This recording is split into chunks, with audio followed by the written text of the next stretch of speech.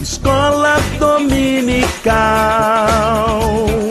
feita pra mim, pra você. Espaço pra crescer e a Bíblia conhecer, sempre junto com você. Escola dominical,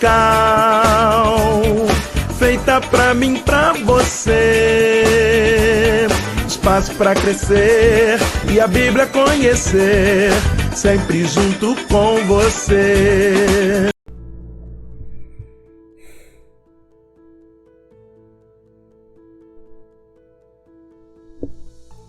Graça e paz a todos que nos acompanham aqui no canal Palavra Viva e Fiel. Vamos para o nosso estudo número 3 da revista do Programa de Educação Cristã Continuada, estudando nesse trimestre sobre Gálatas e Efésios, a verdadeira liberdade e a unidade do corpo de Cristo. Nossa lição tem como assunto o cristão, a lei e a fé. O texto áureo está em Gálatas capítulo 3, versículo 2. Quero apenas saber isto de vós: recebestes o Espírito pelas obras da lei ou pela pregação da fé? A leitura bíblica com os todos está em Gálatas capítulo 3, versículos 1 a 22. A verdade prática nos ensina que enquanto a lei mostra ao homem sua condição pecaminosa, o Evangelho da Graça lhe dá a remissão dos pecados. Os hinos da harpa sugeridos são os de número 181 e 379. Antes de passarmos para o comentário da lição, lembre de deixar o seu like, o seu curtir aqui neste vídeo. Lembre também de compartilhar essa ministração com seus amigos, parentes, irmãos em Cristo, as suas redes sociais. Nos ajude a espalhar a boa semente aos corações. E pode abençoar o nosso ministério através do código Pix que está na descrição deste vídeo. Passemos então para o comentário da lição. A introdução nos fala que neste capítulo, Paulo continua fazendo a defesa do Evangelho da Graça. Ele questiona os Gálatas contra as novidades dos judaizantes, ou seja, aqueles grupos legalistas que insistiam que os cristãos tinham que guardar a lei de Moisés. Paulo também expõe a experiência de fé do patriarca Abraão, reitera que a lei foi dada a Moisés e esclarece a real finalidade da lei no processo de salvação. Paulo defende que tanto judeus como gentios, ou seja, não judeus, tornam-se aceitáveis perante Deus mediante a fé e não por intermédio das obras da lei. Primeiro tópico: a insensatez dos Gálatas. Paulo faz uma análise da qualidade da fé dos Gálatas. O apóstolo cita as manifestações espirituais que tiveram lugar entre eles e como tudo isso se fragilizou após os ataques dos judaizantes legalistas. Que manifestações espirituais são essas? As manifestações de curas, milagres, sinais, prodígios que Deus realizou entre os Gálatas através de Paulo e dos demais apóstolos. Paulo está querendo dizer: os milagres que vocês receberam, os sinais que vocês receberam, foi através de quê? Foi através da pregação do Evangelho da Graça. Não foi com as obras da lei.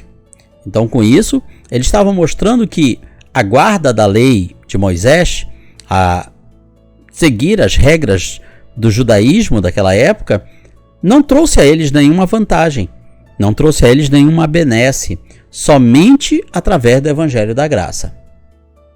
Primeiro item: convertidos, mas não convictos, ou seja, não convencidos. Ó Gálatas insensatos, quem vos fascinou, a vós outros, ante cujos olhos foi Jesus Cristo exposto como crucificado? Paulo está aborrecido. Ele chama os Gálatas de insensatos, ou seja, sem juízo. O descontentamento do apóstolo tem relação com o tempo empreendido no discipulado dos irmãos e a facilidade com que eles abandonaram a fé. Paulo está aborrecido porque ele despendeu muito tempo e recursos ensinando aos Gálatas o verdadeiro evangelho e rapidamente eles haviam como que esquecido o verdadeiro evangelho e estavam voltando à velha vida, estavam voltando ao judaísmo do qual tinham saído. Esse expor que ele está mencionando, esse expor Cristo crucificado, significa que os Gálatas receberam todo o ensinamento sobre a morte substituta de Cristo em favor da salvação deles. Ou seja, Paulo ensinou para eles o que significou a morte de Cristo, como a morte de Cristo substituiu a deles. Jesus deu sua vida por eles. Paulo está a dizer que eles tinham a obrigação de serem fortes e determinados diante dos ataques dos judaizantes. Paulo está dizendo a eles: como é que vocês se entregaram tão fácil? Como é que vocês saíram tão rápido do verdadeiro evangelho para esse outro evangelho aí? Os Gálatas tiraram os olhos da cruz para contemplar outro evangelho. Enquanto cristãos, devemos seguir a orientação bíblica de sempre manter os olhos naquele que é o autor e consumador da nossa fé. A maturidade de um cristão pode ser atestada quando este é capaz de defender a fé que diz professar. Hoje em dia, abrindo aqui um parênteses, muitos crentes são insensatos e inconstantes como os Gálatas. Aprendem a doutrina cristã correta, mas assim que chega alguma heresia, algum canto de sereia, alguma nova doutrina, rapidamente abandonam a doutrina verdadeira e vão para aquela nova falsa, para aquela novidade. Sabemos que o ser humano, ele é ávido, ele busca sempre novidades. E alguns crentes, infelizmente, vão atrás dessas novidades. Portanto, um cristão maduro, ele mantém a doutrina, a sã doutrina que ele aprendeu, que lhe foi ensinada. Não estamos falando aqui simplesmente de usos e costumes, que também fazem parte da boa doutrina, mas estamos falando aqui dos princípios fundamentais cristãos, aquelas doutrinas cristãs que são inegociáveis, aquelas que o cristão não pode abrir mão sob pena de deixar de ser um cristão. Aqui aprendemos que conhecer algumas coisas não é o suficiente. Precisamos prosseguir em conhecer ao Senhor. O cristianismo, ele é um corpo de doutrinas muito amplo. É como se fosse o corpo humano. Ora, tem vários níveis de conhecimento do corpo humano. Quando crianças, quando estamos nas primeiras séries do ensino fundamental, nós não aprendemos tudo sobre o corpo humano. Aprendemos o básico. Olha, o corpo humano é dividido em cabeça, tronco, membros. Pronto. Isso lá para a nossa primeira, segunda, terceira série é tudo que precisamos saber. Depois nós vamos avançando e aprendendo. Olha, a cabeça se divide nessas partes, tem esses órgãos, tem esses sistemas, o corpo, o tronco se divide assim, os membros recebem esses nomes, e aí nós vamos cada vez mais aprofundando o detalhamento do funcionamento do corpo humano até sabermos os nomes dos menores órgãos, dos menores sistemas e subsistemas do corpo humano. É um estudo que demanda muitas vezes uma vida inteira. Pois bem, com o cristianismo não é diferente. Aprendemos nos primeiros anos ou meses, primeiros tempos da nossa conversão, o básico sobre a igreja, o básico sobre a salvação, o básico sobre Jesus. Mas nós temos que aprender muito mais. Sempre há mais coisas para serem estudadas e aprendidas no cristianismo. É isso que Paulo está dizendo aqui aos irmãos da região da Galácia. Segundo item, saindo do espírito para a carne. Sois assim insensatos que, tendo começado no espírito, estáis agora vos aperfeiçoando na carne? Aqui o apóstolo Paulo está remetendo os Gálatas às experiências espirituais que eles tiveram no início da caminhada cristã. O verbo grego que ele usa no original, traduzido aqui por aperfeiçoar, significa atingir o alvo plenamente. Daí a ideia de perfeição. O verdadeiro cristão, ele anseia pela perfeição, mesmo sabendo que jamais alcançará enquanto for possuidor da velha natureza. A perfeição plena só acontecerá no dia da glorificação da igreja, quando o corruptível se revestir de incorruptibilidade e o que é mortal se revestir de imortalidade. Aperfeiçoar na carne, termo que Paulo utiliza aqui, não significa necessariamente uma maneira pecaminosa, e sim uma dependência do esforço humano. Ou seja, aquela tendência que o ser humano tem a achar que a salvação depende muito mais dele do que de Deus. Ou seja, colocar o mérito da salvação em nós, nos nossos esforços, e não na graça de Deus. Era exatamente essa prática que muitos irmãos gálatas estavam vivendo, ou seja, aderindo às observâncias dos rituais judaicos como condicionantes para a salvação. Que rituais judaicos são esses? Os mais diversos. Por exemplo, guarda de sábado, não comer determinados tipos de alimentos pela lei judaica, participar das festas judaicas que aconteciam anualmente em Jerusalém, e muitos outros costumes e regras do judaísmo. Eles estavam aderindo a essas práticas, querendo dizer, nós precisamos fazer isso para sermos salvos. Temos que nos esforçar dessa maneira para ser salvo. Paulo estava dizendo a eles, não, isso está errado. Aperfeiçoar-se no Espírito significa caminhar a jornada da fé, dependendo daquilo que Deus fez por nós, como fruto de sua imensa graça. Aperfeiçoar-se no Espírito é colocar em Deus a nossa dependência para sermos salvos. É reconhecer que a nossa salvação depende de nós, mas depende muito mais da graça de Deus. Terceiro item, tudo é pela fé. Aquele, pois, que vos concede o Espírito, ou seja, batismo do Espírito Santo, e que opera milagres entre vós, porventura o faz pelas obras da lei ou pela pregação da fé? Jesus está querendo dizer, o Espírito Santo que vocês receberam pelas obras da lei? É uma pergunta retórica, claro que a resposta é não. Foi pela pregação da fé? Sim. O apóstolo Paulo fundou as congregações da Galácia do Sul, que envolviam várias cidades ali, como Listra, Derbe e tantas outras. Esses cristãos se converteram, foram discipulados pela instrumentalidade dele. Paulo foi quem plantou a semente do evangelho naquela região. Que privilégio esse! Nos primórdios, eles foram testemunhas oculares de grandes manifestações espirituais. Receberam toda sorte de bênçãos, sem nunca ter precisado praticar nenhum ritual judaico, até porque eles nem eram judeus.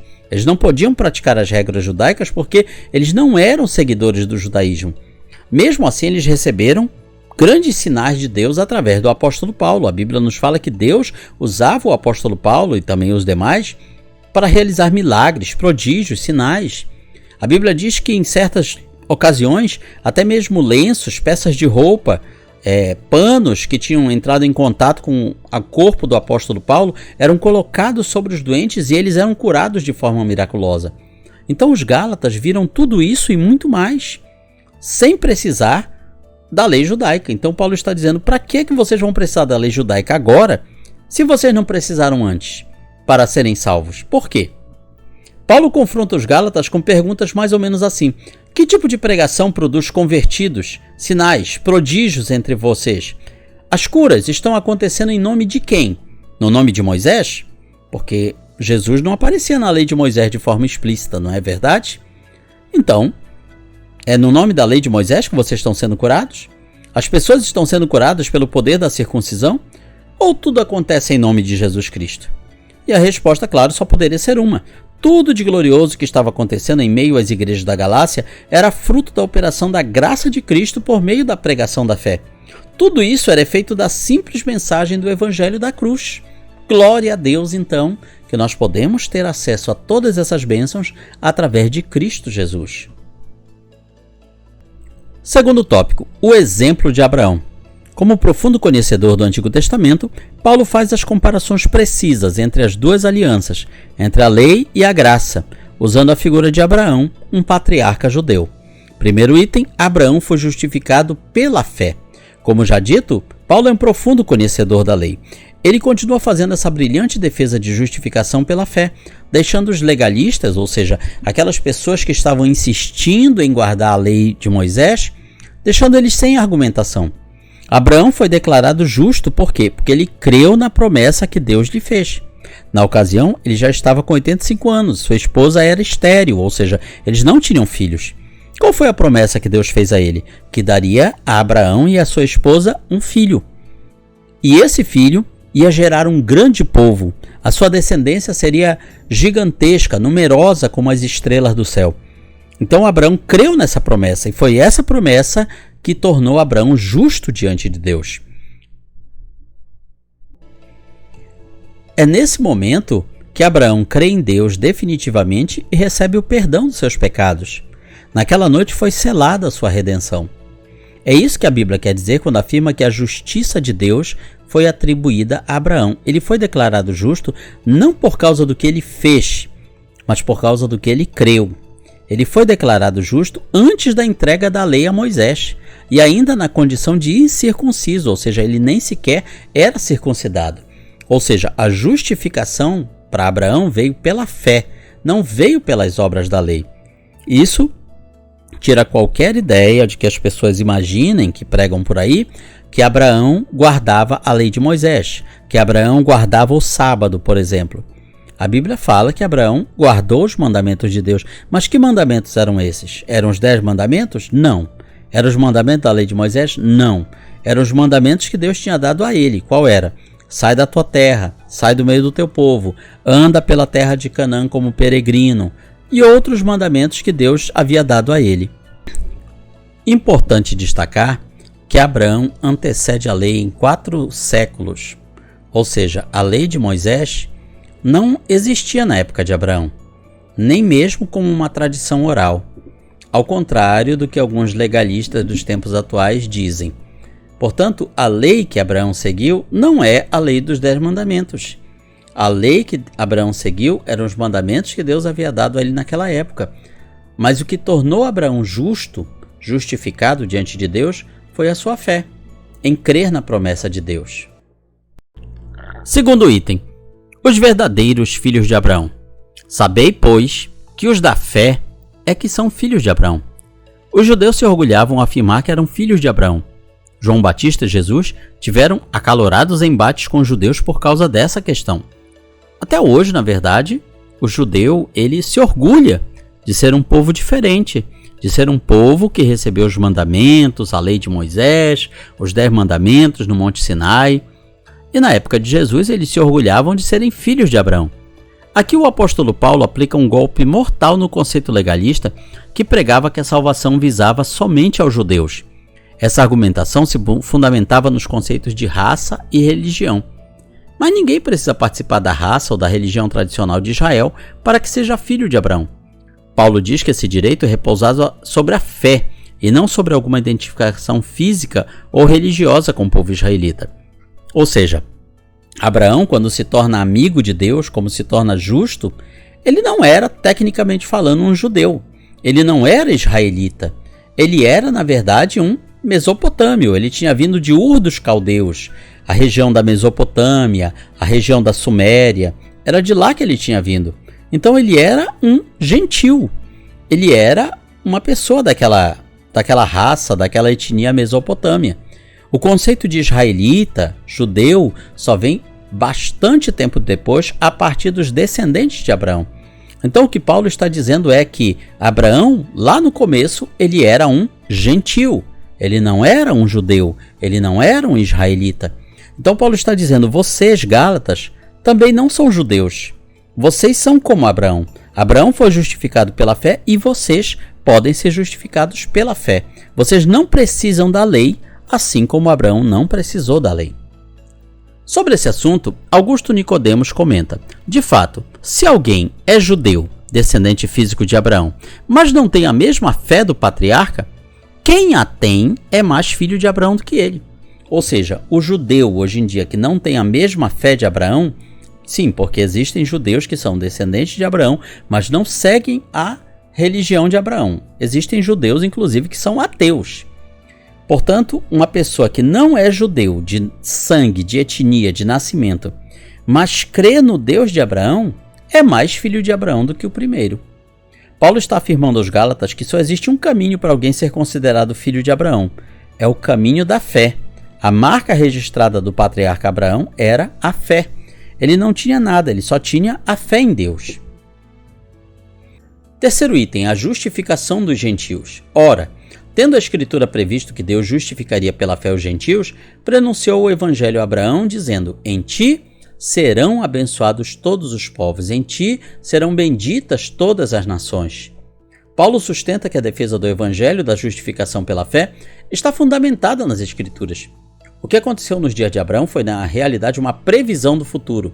O elemento da fé, incluso no método de Deus para a justificação, é, portanto, eterno. Assim como Abraão foi justificado pela fé lá atrás, no passado, no Gênesis, agora, nos dias de hoje, todos, independente da sua raça, da sua etnia, podem ser justificados pela fé. Deus disse que no patriarca seriam abençoadas todas as famílias da terra, ou seja, todos os povos do mundo podem ter alcance da salvação, igual como Abraão teve. O evangelho da salvação foi primeiramente anunciado e prometido a Abraão e se configurou no sacrifício de Cristo em favor de judeus e gentios, ou seja, para todo aquele que nele crê. Crê em Jesus. Somos justificados perante Deus somente pela fé. Assim, uma vez alcançados por essa graça, devemos compartilhar essa bênção com todas as nações, pois esse é o desejo de Deus. O terceiro tópico nos fala sobre a finalidade da lei. Paulo passa a mostrar que a lei entregue a Moisés não invalida a promessa feita a Abraão, mas que essa lei tem um importante papel no plano de salvação. Ou seja, a lei, os 10 mandamentos e todas as demais regras, costumes, tradições que foram entregues a Moisés ali no Monte Sinai e durante os 40 anos de peregrinação do Êxodo. Primeiro, a lei mostra a transgressão. Qual, pois, a razão de ser da lei? Paulo está dizendo, para que serve a lei? Foi adicionada por causa das transgressões, até que viesse o descendente a quem se fez a promessa e foi promulgada por meio de anjos pela mão de um mediador. Quem é esse mediador? Obviamente, Moisés. Moisés recebe a lei de Deus, de anjos. Ou seja, a lei veio por causa das transgressões, por causa dos pecados das pessoas. O papel da lei é mostrar ao homem o quanto ele é pecador e incapaz de por si mesmo ser justificado. A lei não tem o condão de remover o pecado, ou seja, a lei não serve para justificar ninguém, nem para tirar o pecado, ela só mostra o pecado. É como se fosse um exame. Estamos doentes, sentindo dor de cabeça, febre, vários tipos de sinais corporais. Fazemos um exame. Pode ser um exame de sangue, de materiais biológicos, um raio-x, uma tomografia. Aquele exame vai mostrar o problema. Você tem uma infecção, você tem um tumor, você tem tal doença.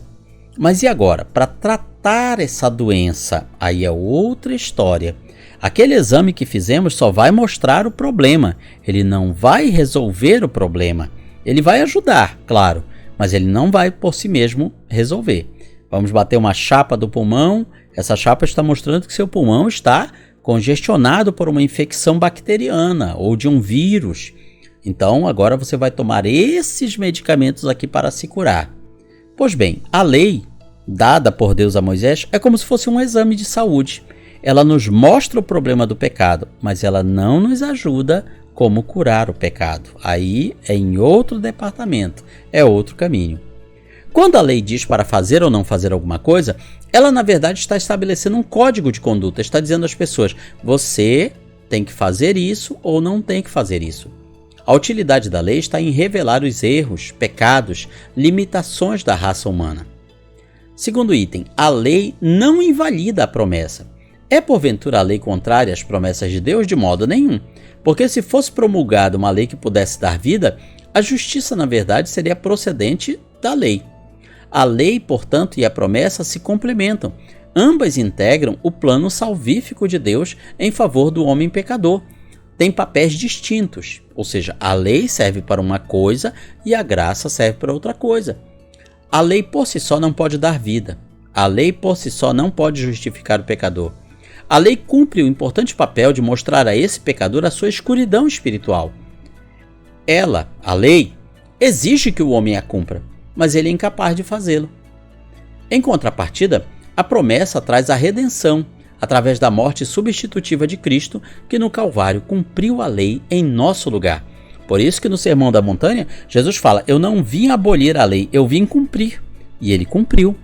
Quando ele cumpre a lei, ele tira a necessidade que nós cumpramos essa lei. Agora nós temos que cumprir o que ele mandar, o que ele nos ordenar. Terceiro item, a lei aponta para Cristo, de maneira que a lei serviu de aio para nos conduzir a Cristo, a fim de que fôssemos justificados por fé. Paulo volta a distinguir o papel da lei e da fé no processo da salvação. Ele afirma que a lei é o aio que nos conduz a Cristo. O que é aio? Aio vem do grego pedagogos. Lembra dessa palavra? Paidagogos é de onde vem o nosso pedagogos. É o sentido de guia, auxiliar. E o que era o aio? O que era o pedagogos? Era um escravo que cuidava de uma criança dos 6 aos 16 anos de idade. Ele tinha a tarefa de acompanhar a criança à escola, disciplinar e atuar como guardião contra os perigos. Pois bem, Paulo compara a lei com esse escravo, que servia para conduzir a criança quando ela era pequena. Quando a criança atingia a idade apropriada, cessava a autoridade temporária do protetor, ou seja, o aio não precisava mais fazer nada, o pedagogos não precisava fazer mais nada. A lei é um aio, porque gera em nós o autoconhecimento, fazendo-nos compreender nossa condição espiritual e a necessidade de salvação. O papel da lei é levar os homens a Cristo, a fim de que sejam justificados por fé. Mas, tendo vindo a fé, ou seja, tendo vindo Cristo, não permanecem mais subordinados ao aio.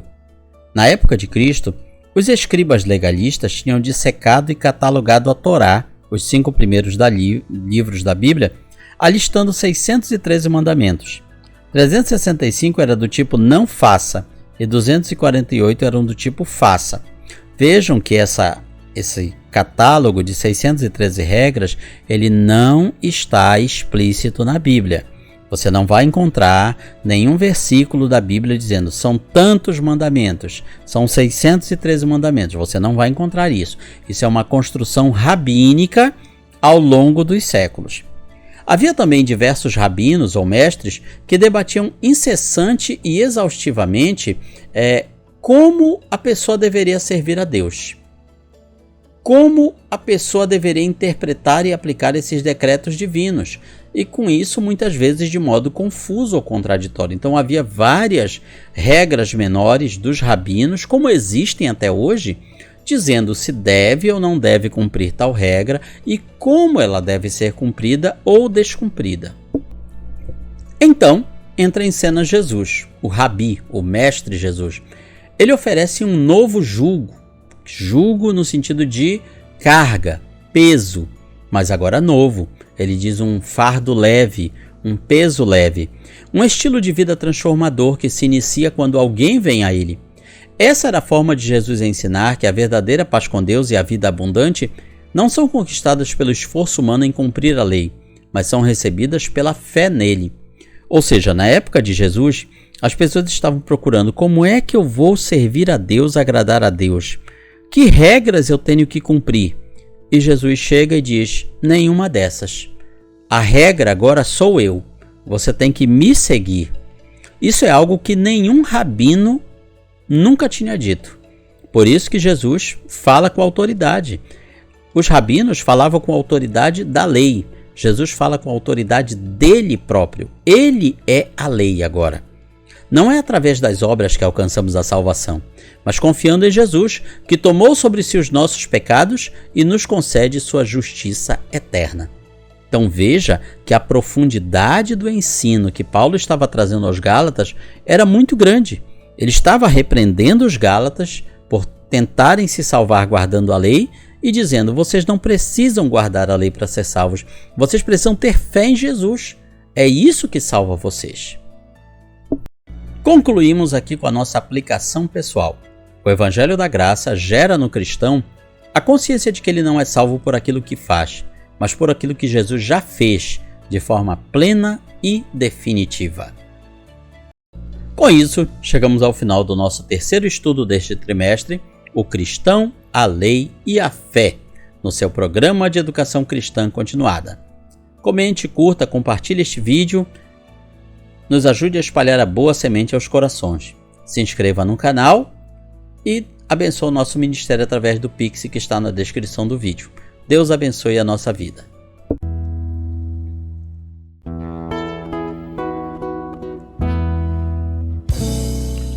Findou-se o tempo de estudo da escola dominical. Boa lição aprendemos do nosso Pai Celestial. Despede-nos, Jesus Cristo, em tua paz e amor, e nos concede para sempre o teu celeste favor. Aos visitantes e amigos agradecemos também Que a paz de Deus reine em todos, e até domingo que vem. E até domingo que vem. E até domingo que vem.